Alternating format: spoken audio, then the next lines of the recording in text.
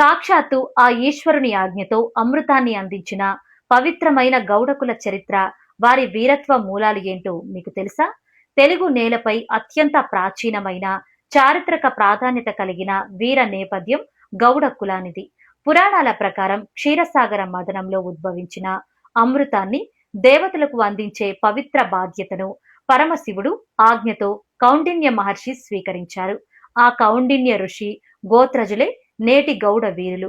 గౌడ అనే పేరు పూర్వపు గౌడ దేశం, నేటి బెంగాల్ ప్రాంతం నుండి, అలాగే సమాజానికి రక్షణ కల్పించే గౌడ అనే పదం నుండి వచ్చిందని చెబుతారు.